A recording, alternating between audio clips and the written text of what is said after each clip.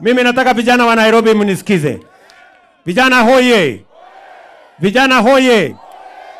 Tulikubaliana na nyinyi. Sawa sawa? Maisha ni kujituma bwana. Maisha ni kufanya nini? Maisha ni kujituma my friend. Sijui kama tunaelewana. Kuanzia tarehe moja ni next week. Vijana 25,000 wapya tunaweka kwa mpango ya Climate Works. Nyinyi mnanielewa? Tuwalipe mshahara, wajisimamie, ndio tuweze kujenga Nairobi hii.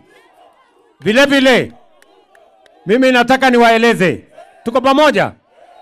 Hawa ni 25,000 wa Nairobi. Lakini Kenya mzima, kuanzia tarehe 1, vijana 110,000 watakuwa wanafanya kazi katika miji tofauti tofauti katika taifa letu la Kenya.